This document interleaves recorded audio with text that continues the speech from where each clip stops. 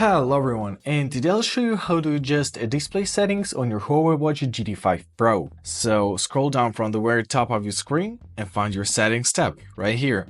Now find your watch face and home, tap on it. So here we can choose between a few cool options. First of all, we can choose between watch faces, preset watch faces. Let's go back to this menu.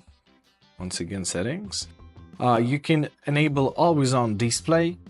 This is a really cool feature that allows our screen to always stay on. To enable it, simply press on the switch and it will turn on.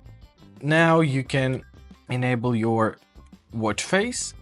You can choose your display status, right? So show task in process, show display status, and so on. Also, you can adjust your main menu grid, so simply press on the home, and here you can choose between a grid option and a list option.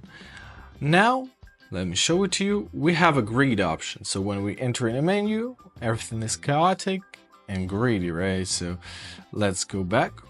And now let's choose a list option.